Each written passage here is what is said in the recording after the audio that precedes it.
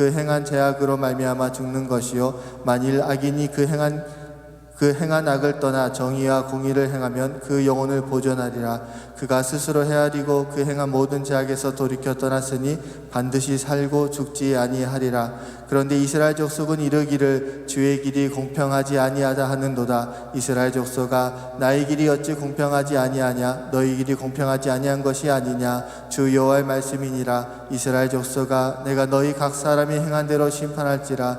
너희는 돌이켜 회개하고 모든 죄에서 떠날지어다. 그런즉 그것이 너희에게 죄악의 걸림돌이 되지 아니하리라. 너희는 너희가 범한 모든 죄악을 버리고 마음과 영을 새롭게 할지어다. 이스라엘 족속아 너희가 어찌하여 죽고자 하느냐? 주 여호와의 말씀이니라. 죽을 자가 죽는 것도 내가 기뻐하지 아니하노니 너희는 스스로 돌이키고 살지니라. 아멘.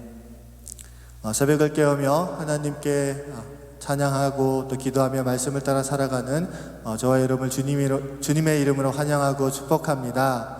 오늘 에스겔서 18장 19절에서 32절 스스로 돌이키고 살지니라 라는 제목을 가지고 함께 말씀 나눌 때 많은 은혜 받으시기를 소망합니다. 오늘 말씀을 좀 보면요, 어제 큐티 본문과 좀 이어지는 내용입니다. 여러분, 우리가 열왕기부터 그리고 에스겔까지 지금까지 큐티 말씀을 묵상하면서 이스라엘이 바벨론의 포로가 된 배경이 있음을 우리가 잘 알고 있습니다. 그 배경이 되는 원인과 이유가 되는 것을 간단하게 설명한다면 하나님의 말씀에 불순종했기 때문입니다. 그래서 그 불순종으로 인해서 하나님 앞에 죄를 지음으로 인해 그들이 하나님의 말씀에 따라가지 못했기 때문에 바벨론의 포로가 되었던 상황이 오늘 에스겔서에서 지금 시대적인 배경으로 등장하고 있는데요. 그런데 이 이스라엘 백성들 사이에서, 다시 말씀드리면 에스겔이 살고 있는 그 바벨론 포로 시기에 이스라엘 백성들 사이에서, 그러니까 사람들 사이에서 이렇게 널리 알려진 속담이 하나 있었습니다. 그 속담이 무엇이냐면 아버지가 신포도주를 먹었으니 그 아들의 이가 시다는 겁니다. 어떤 의미일까요? 이 의미는 아마도 아버지의 그 잘못된 죄가 아들에게도 똑같이 이어진다라고 이렇게 생각해 볼 수 있는 점입니다. 여러분, 대물림이라는 거 혹시 좀 생각해 보신 적 있으십니까? 그러니까 오늘 말씀을 좀 묵상하면서 가장 먼저 처음 떠올랐던 것이 지금 시대를 우리가 현재 살고 있는 이 시대를 살고 있는 자녀들, 그러니까 저희를 포함한 저희 자녀의 세대들, 그리고 특별히 청년들을 볼 때 이런 얘기가 종종 떠오릅니다. 그 이스라엘 백성이 가지고 있는 속담처럼 청년들이 많이 했던, 특히 제가 30대 때, 20대 후반 30대 때 이후로 들려왔던 얘기가 5포 세대, 7포 세대, 혹시 이런 말 들어보셨습니까? 금수저, 은수저.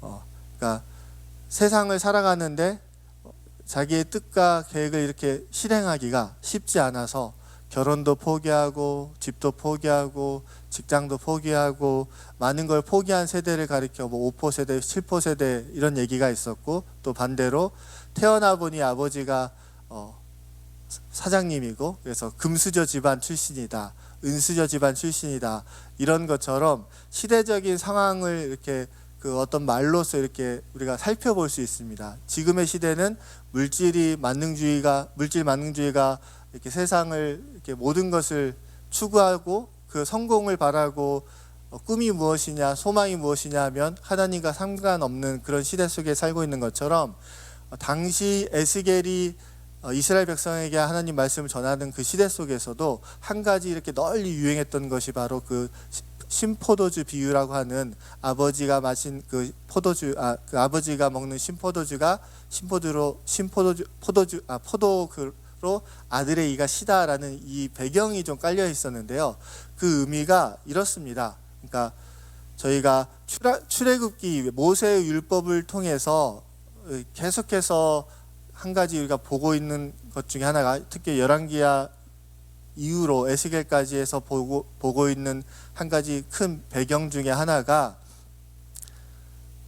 아버지의 악행으로 인해서 그 가족이 3대 4대까지 죄로 인해 보응을 받는다는 이야기를 우리가 잘 알고 있습니다. 솔로몬의 잘못으로 인해서 그 아들 세대 이후로 하나님께서 벌을 하셨고, 또 예후의 심판을, 그러니까 아합의 가문을 심판하시는 예후를 통해서 심판하신 하나님의 말씀을 또 묵상해 보면 분명히 아버지의 악행으로 인해서, 그러니까 부모의 잘못으로, 나의 잘못으로 인해서 내 자녀들의 세대까지도 하나님의 심판이, 보응이 있다라는 걸 우리가 생각해 볼 수 있습니다. 그런데 그래서요. 그런 데가 아니고, 그래서 이스라엘 백성 사이에 부모로 인해서, 그러니까 나의 잘못이 아니라 내 부모님들, 내 조상들의 잘못된 행위로 인해서, 죄악으로 인해서 내가 현재 이런 삶을 살고 있다라는 비슷한 그런 맥락에서 들려지는 속담이 바로 그 심포도 비유의 속담입니다. 같은 맥락으로, 그런 맥락에서 한번 묵상해 볼 수 있는 게 오늘 19절 첫 번째 말씀입니다. 제가 한번 읽어드리겠습니다. 그런데 너희는 이르기를 아들이 어찌 아버지의 죄를 담당하지 아니하겠느냐. 그러니까 아들이 아버지의 죄를 담당하는 것이 당연하다, 자연스러운 것이다 라고 사람들 사이에서 생각하고 있었던 배경이 되는 것이, 출애굽기 말씀에서 하나님 말씀 잘 읽으면, 잘 따라가면 천대까지 축복받고 말씀대로 살지 못하면 3대 4대까지 보응하리라는 그 말씀을 바탕으로 해서 이스라엘 역사를 보면 하나님 말씀대로 내가 잘 살면 내 자손도 복을 받고, 그렇지 못하면 때로는 이렇게 보응받는 삶을 우리가 보았기 때문에, 이스라엘 백성들도 그런 삶을 듣고 경험했기 때문에 그들 가운데 아버지, 부모의 잘못으로, 그러니까 죄악으로 인해서 자신의 세대까지도 그런 것들이 똑같이 담당하게 된다는 것을 인식하고 생각하고 있었습니다. 그렇기 때문에 이런 말들이 너무나 쉽게 통용되고 있었습니다. 아버지의 죄를 내가 담당한다. 네, 이 상황이요, 어떤 상황인지가 중요합니다. 바로 이스라엘 백성들이 포로가 되어 있었던 상황이었기 때문에 이 말씀이 마치, 그러니까 내가 지금 현재 나의 상황이, 그러니까 우리 세대로 얘기하면 내가 태어나 보니까 흙수저인 게 나의 잘못이 아니라, 그러니까 내가 지금 잘 못 살고 내가 어렵게 살고 내가 잘 안 풀리는 것이 내가 부족하고 내가 힘이 없어서, 내가 능력이 없어서, 내가 잘못한 점이 있어서 그렇게 나의 탓으로 보는 것이 아니라 누구의 탓으로 본다고요? 부모나 남의 탓으로 이렇게 생각하는 것처럼 이스라엘 백성이 아버지의 죄를 담당하지 않느냐라는 그 의미는, 그 의미 속에서 비춰지는 그 속뜻은 내가 지금 겪고 있는 이 포로의 상황, 나의 현재의 고통, 나의 현재의 아픔이 나의 잘못이 아니라 다른 사람, 내 조상들, 내 부모의 탓이라고 여겼던 것입니다. 그래서 하나님께서 이 속담에 대해서 오늘 분명하게, 바르게 또 말씀해 주십니다. 한번 같이 읽어보겠습니다. 19절부터 20절까지 한번 같이 읽어보겠습니다. 함께 읽겠습니다. 그런데 너희는 이르기를 아들이 어찌 아버지의 죄를 담당하지 아니하겠느냐 하는도다. 아들이 정의와 공의를 행하며 내 모든 율례를 지켜 행하였으면 그는 반드시 살려니와 범죄하는 그 영혼은 죽을지라. 아들은 아버지의 죄악을 담당하지 아니할 것이요 아버지는 아들의 죄악을 담당하지 아니하리니 의인의 공의도 자기에게 돌아가고 악인의 악도 자기에게 돌아가리라. 그러니까 하나님께서요, 이스라엘 백성한테 분명한, 에스겔을 통해서 분명하게 말씀하고 있습니다. 이스라엘 백성들이 생각할 때 현재 내가 바벨론 포로로 살고 있고 고통당하고 있는 이 모든 근본적인 이유는 나의 잘못이 아니라 누구의 잘못이라고요?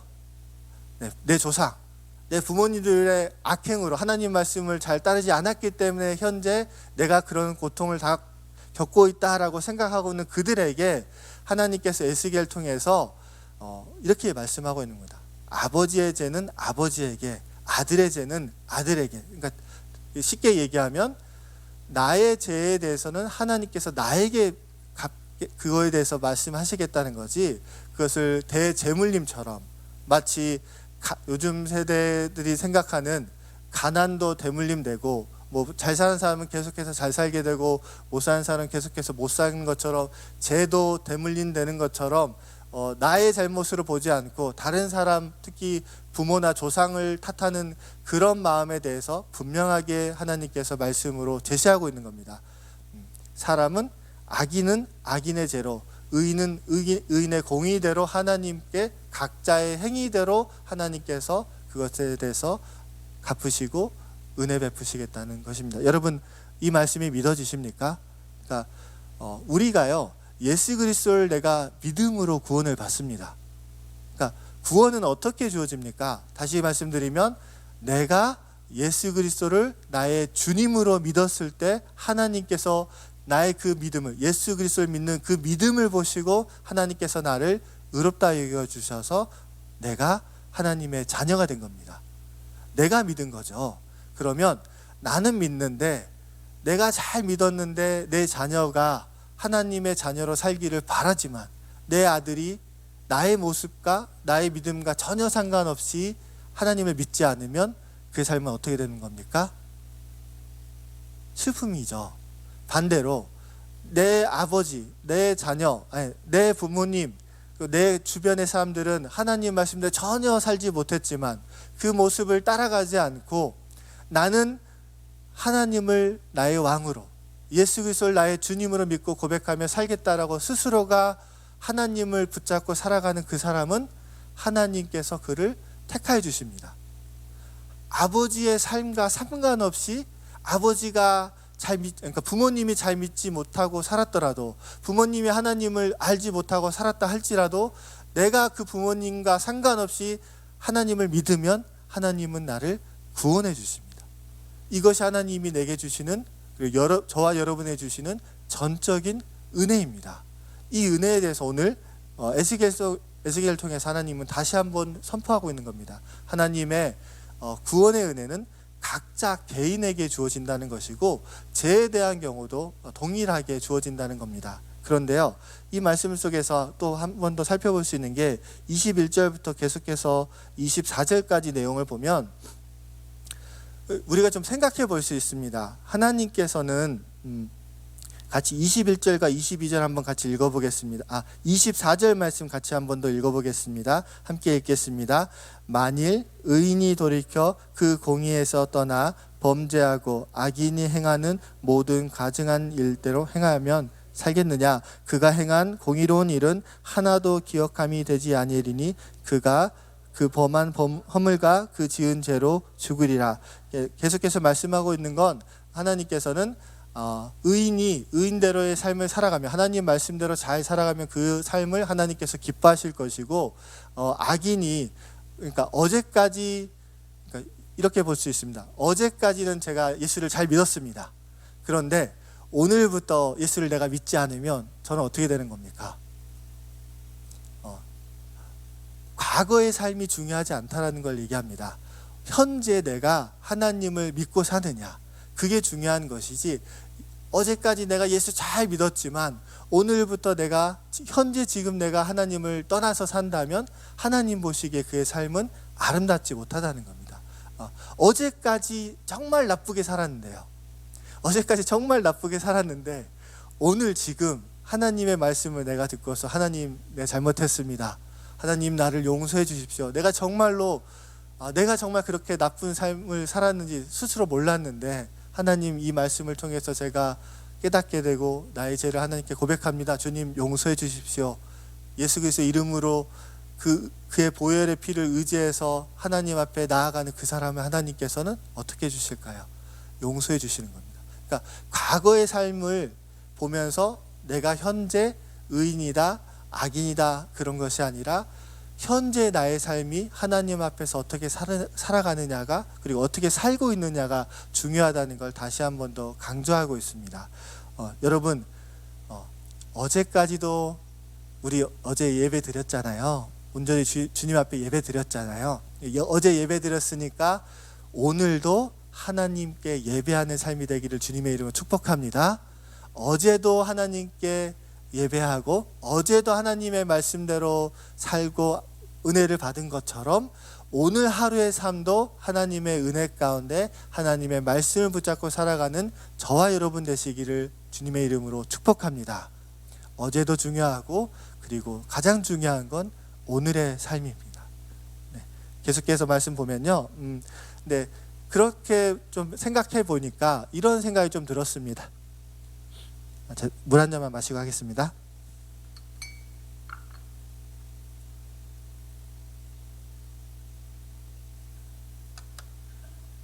이스라엘 백성들 마음속에 갖고 있던 인식, 그것은 아들이 아버지의 죄를 담당한다. 그런데 하나님께서는 그렇지 않다. 아버지는 아버지의 죄를, 아들은 아들의 죄를, 그러니까 의인은 의인의 공의대로, 악인은 악인의 형벌대로 이렇게 하나님께서 보응하시고 심판할 것이라는 이 말씀 속에서 좀 생각해 보게 되는 점이 한 가지 또 있었습니다. 무엇이냐면 구원에 대한 나의 마음 속에서 그러니까 하나님께서 나를 구원해 주신 것에 대한 그 전적인 은혜에 대해서 내가 어떻게 생각하고 있는지를 오늘 말씀을 묵상하면서 좀 고민하게 되었는데요. 그리고 다시 한번 짚어보게 되었는데요. 여러분, 만약에요, 이렇게 한번 생각해 보면 어떨까 싶었습니다. 이렇게 제가 한번 생각해 봤는데요. 하나님은 공평한 분일까요? 그렇지 않을까요? 저는 하나님은 공평한 분입니다 라고 고백합니다. 그런데 이 세상이 돌아가는 모습을 보면, 그러니까 살아가는 삶을 보면 공평하지 않은 것 같다라는 생각이 들 때가 있습니다. 그 공평하지 않다는 건 내가 다른 사람과 비교했을 때 이렇게 느껴지는 저의 개인적인 생각입니다. 그런데 하나님은 공평한 분이십니다. 고백하십니까? 한번 이렇게 여쭤볼까요? 하나님은 공평한 하나님임을 믿고 고백하십니까? 네. 그런데요, 25절 말씀 한번 같이 읽어보겠습니다. 같이 한번 읽겠습니다. 그런데 너희는 이르기를 주의 길이 공평하지 아니하다 하는도다. 이스라엘 족속아 들을지어다. 내 길이 어찌 공평하지 아니하냐? 너희 길이 공평하지 아니한 것이 아니냐?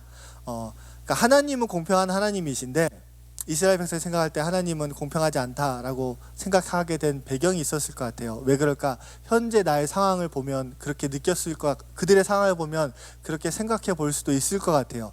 그래서 이 말씀을 좀 묵상하면서 예전에 좀 그런 생각이 들었던 기억이 좀 났습니다. 여러분, 만약에요, 우리가 구원받고 지금 살고 있잖아요. 내가 현재 예수 그리스도를 믿음으로 하나님의 자녀로서 이 땅을 구원받은 자녀로 살고 있는데 어떤 분이요,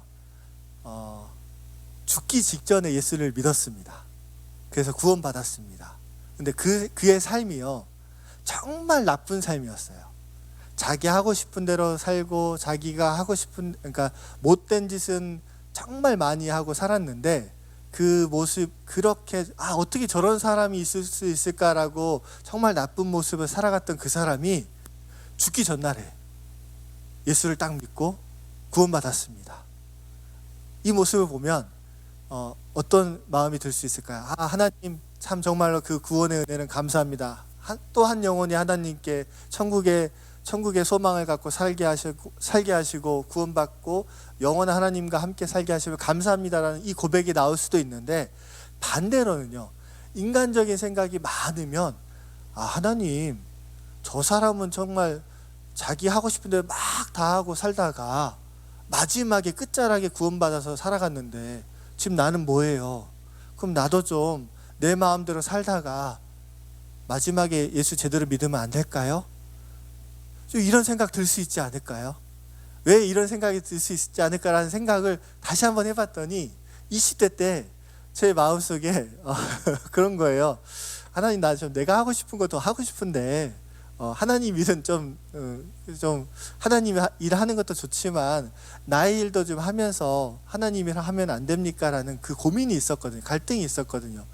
그런 마음 속에서 좀 우리의 삶 속에서 이렇게 이 말씀을 생각해 보니까 하나님 공평하지 않아요라는 그 마음 속에서 가지는 이 인식과 생각이 그 구원에 대한 은혜를 잊어버리고 다른 사람의 모습을 자꾸 보니까 나도 이렇게 그들이 갖고 있는 것을 즐기고 싶고 누리고 싶은 그 마음 속에서 하나님 공평하지 않은 것 같아요 라고 말할 수 있겠다는 생각이 들었습니다.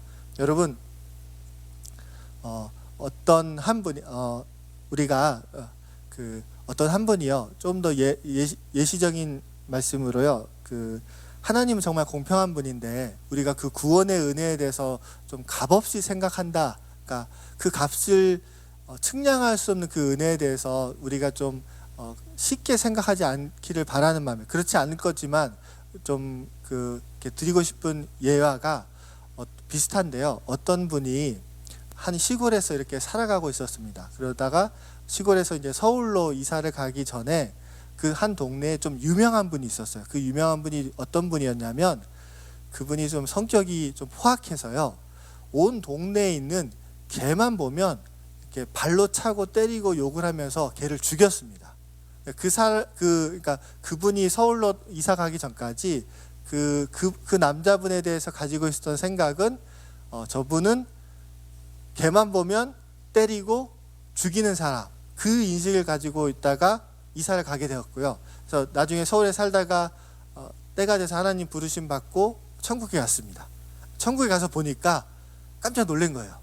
왜냐하면 왜 저 사람이 있어? 라고 한 바로 동네에 같이 살았던 그 사람이 천국에서 있었거든요. 그래서 하나님께 여쭤봤습니다. 하나님, 저 사람이 어떻게 천국에 있습니까? 저 사람 개만 보면 막 때리고 죽이고 그랬던 사람인데 어떻게 저 사람이 하나님 이렇게 지금 이 천국에 있는 겁니까? 라고 물어보니까 우스갯소리인데요.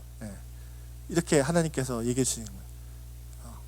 예수 믿고 구원받아서 개는 죽이지 않아, 때리기만 해 라고 이렇게 표현했다는 겁니다. 이 말씀을 생각해 볼 때 우리가 나의 구원에 대해서는 하나님께 감사하면서 다른 사람이 구원받는 거에 대해서는 어떻게 생각하는지 좀 고민해 봤으면 좋겠습니다. 어떻게 저런 사람이 구원받을 수 있어? 라는 생각 우리가 하면 안 될 거라고 믿습니다. 어떻게 저런 사람이 구원받은 것이 아니라 저 사람이 구원받음을 감사히 여길 수 있기를 소망합니다. 그리고 악인의 길에서 돌아오지 못한 그를, 하나님 앞에 온전히 돌아오지 못한 그를 위해서 불쌍히 여기고 기도하는 저와 여러분 되시길 주님의 이름으로 축복합니다. 왜냐하면요, 하나님은요, 내가 너희 각 사람이 행한 대로 심판할지라 너희는 돌이켜 회개하고 모든 죄에서 떠날지어다. 하나님은요, 심판하시는 것, 그러니까 악인을 심판하시는 걸 기뻐하지 않습니다. 하나님이 진짜 기뻐하는 건 악인이 회개하고 돌이켜서 하나님 앞에 온전히 살아가는 것을 기뻐하십니다. 우리의 구원도 마찬가지입니다. 내가 구원받은 것이 하나님의 전적인 은혜인 것처럼 다른 사람이 구원받은 것도 하나님의 전적인 은혜입니다.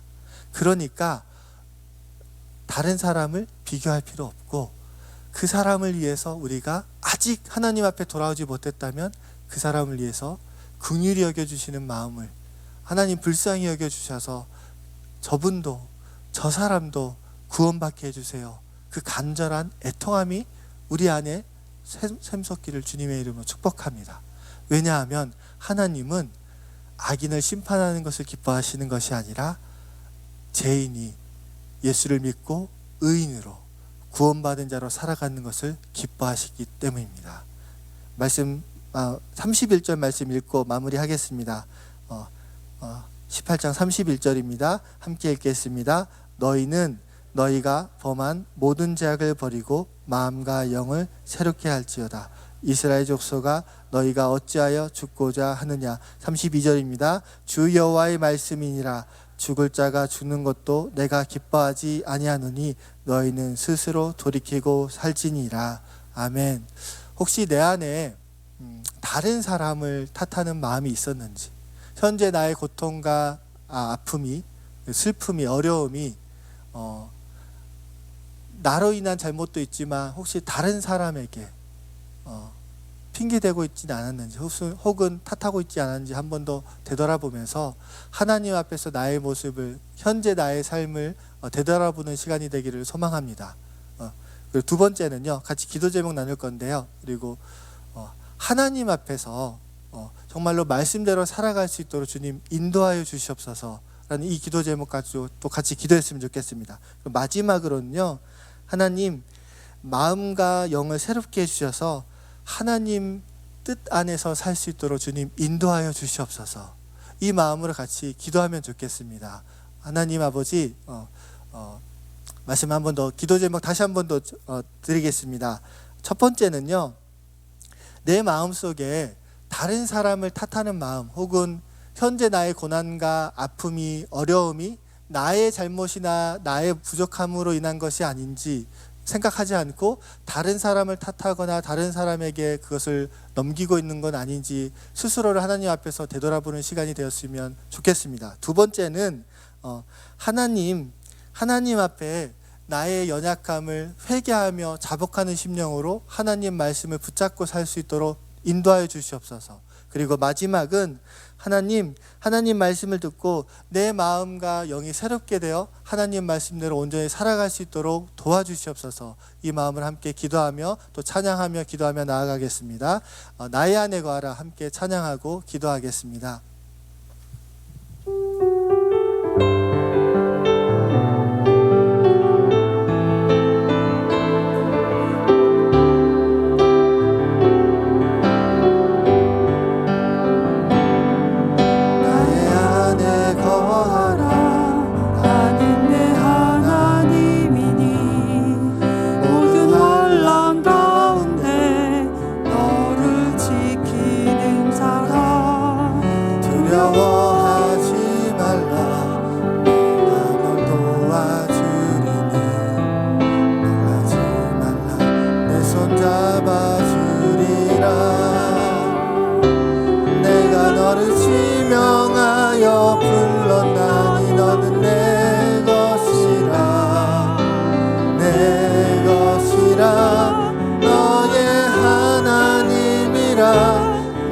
너를 보배롭고 존귀하게 여기노라. 너를 사랑하는 내 영혼 나의 안에 거하라. 나의 안에 거하라. 나는 내 하나님이니 모두 환난 가운데 너를 지키는 자라. 두려워하지 말라. 내가 널 도와주리니 놀라지 말라. 내 손 잡아주리라. 내가 너를 지명하여 불렀나니 너는 내 것이라. 내 것이라. 너의 하나님이라. 내가 너를 보배롭고 존귀하게 여기노라. 너를 사랑하는 내 여호와라. 내가 너를 보배롭고 내가 너를 보하여 불렀나니 너는 내 것이라. 내 것이라. 너의 하나님이라. 내가 너를 보배롭고 존귀하게 여기노라. 너를 사랑하는 내 여호와라. 오늘 말씀 생각하면서 함께 기도하며 나아가겠습니다. 하나님 혹시 내 마음속에 하나님 나의 잘못을 보지 못하고 다른 사람을 탓하고 있지 않았습니까? 하나님 앞에 용서를 구하며 자복하고 회개하는 심령으로 하나님 앞에 온전히 살아갈 수 있도록 주님 인도하여 주시옵소서. 또 구원받은 은혜에 감사하며 아직 하나님 앞에 돌아오지 못한 나의 가족, 내 이웃, 내 친척, 내 주변에 있는 사람들을 위해서 애통하는 심령으로 그들을 위해 기도할 수 있는 마음을 허락하여 주시옵소서. 우리 주여 한번 부르시면서 또 가지고 오신 기도 제목 두고 주여 한번 부르시며 기도하며 나아가겠습니다. 주여, 참 좋으신 아버지 하나님, 그 은혜와 사랑에 감사합니다. 하나님 아버지, 온전히 우리가 하나님 앞에 말씀을 따라 살기를 소망합니다. 주님, 긍휼히 여겨 주시옵소서. 아버지 하나님, 현재 나의 고통과 아픔을 다른 사람의 잘못으로, 다른 사람을 탓하고 있지는 않았는지 하나님, 이 말씀을 묵상하며 한 번 더 내 자신을 하나님 앞에 온전히 바라볼 수 있는 시간이 되기를 소망합니다. 주님, 불쌍히 여겨 주시옵소서. 나의 부족함과 연약함을 하나님 앞에 고백하며 하나님 진심으로 예수 그리스도를 믿는 믿음 안에서 하나님을 의지하며 예수 그리스도를 나의 왕으로 고백하는 그 믿음 안에서 하나님 앞에 다시 한번 고백합니다. 주님, 나의 죄를 용서해 주시옵소서. 하나님, 내 마음속에 조금이라도 다른 사람을 탓하고 있었다면, 조금이라도 다른 사람을 생각하고 있었다면 하나님, 나의 악함과 연약함을 용서해 주시고 온전히 하나님의 말씀대로 살아갈 수 있는, 정말로 하나님 말씀 앞에서 온전히 살아갈 수 있는 내가 될 수 있도록 주님 인도해 주셨고, 특별히 구원받은 그 은혜에 대해서, 값없이 받은 그 은혜에 대해서 감사하며 살게 하시고, 정말로 하나님 한 영혼이라도 하나님 앞에 돌아오는 삶을 살아갈 수 있도록 주님, 내가 애통하는 심령으로 자복하는 마음으로 살아갈 수 있도록 은혜를 베풀어 주시옵소서. 감사합니다.